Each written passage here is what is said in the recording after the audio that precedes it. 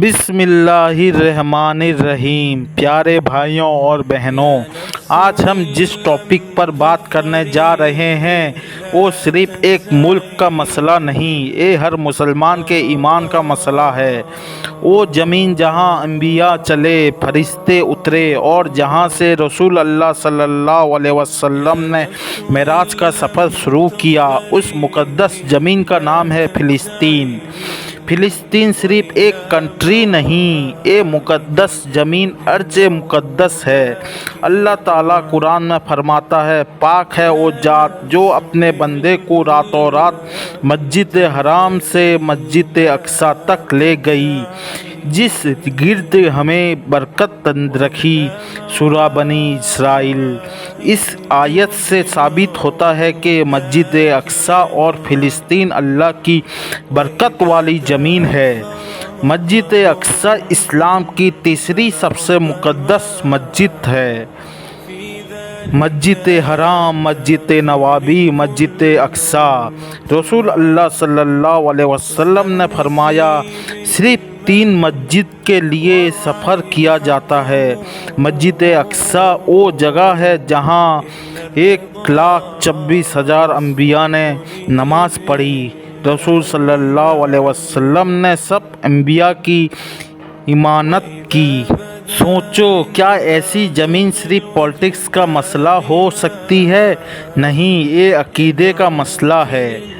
فلسطین پر حضرت ابراہیم صلی اللہ علیہ وسلم آئے، حضرت موسیٰ علیہ وسلم آئے، حضرت داؤد علیہ وسلم آئے، حضرت سلیمان علیہ وسلم آئے، حضرت عیسیٰ صلی اللہ علیہ وسلم آئے، اور آخر میں امت محمد صلی اللہ علیہ وسلم کو اس کی ذمہ داری دی گئی۔ 700 سال سے زیادہ فلسطین پر مسلمانوں کا امن اور انصاف کا نظام رہا۔ یہودی، نصرانی سب امن سے رہے۔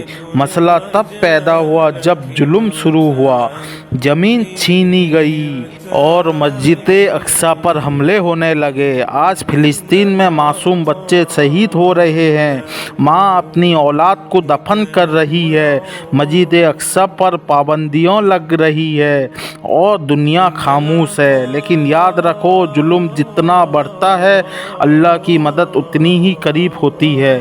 فلسطینی صرف زمین نہیں بچا رہے، وہ مسجد اقصیٰ، اپنا ایمان اور ہمارا شرف بچا رہے ہیں۔ بھائیوں اور بہنوں، اگر ہم وہاں لڑ نہیں سکتے تو کم سے کم دعا کریں، اویئرنیس پھیلائیں، ظلم کو ظلم کہیں، مسجد اقصیٰ کو نہ بھولیں۔ رسول اللہ صلی اللہ علیہ وسلم نے فرمایا، مسلمان ایک جسم کی طرح ہے۔ اگر فلسطین رو رہا ہے اور ہم خاموش ہیں تو اپنا ایمان چیک کرنا ہوگا۔ حدیث میں آتا ہے، آخری جنگ فلسطین کے علاقے میں ہوگی، حق اور باطل کا فیصلہ وہی ہوگا۔ یہ صرف نیوز نہیں، یہ اللہ کا وعدہ ہے، اور اللہ کا وعدہ کبھی جھوٹا نہیں ہوتا۔ فلسطین ہمیں سکھاتا ہے صبر، ایمان اور اللہ پر یقین۔ اس کے پاس بوم نہیں، لیکن اللہ ہے، اور جس کے ساتھ اللہ ہو اسے کوئی ہرا نہیں سکتا۔ یا اللہ، فلسطین کے مظلوم بھائیوں کی مدد فرما، مسجد اقصیٰ کی حفاظت فرما، ظالم کے ظلم کو اسی پر پلٹا دے اور ہمیں حق کے ساتھ کھڑا رہنے والا بنا۔ آمین یا رب العالمین۔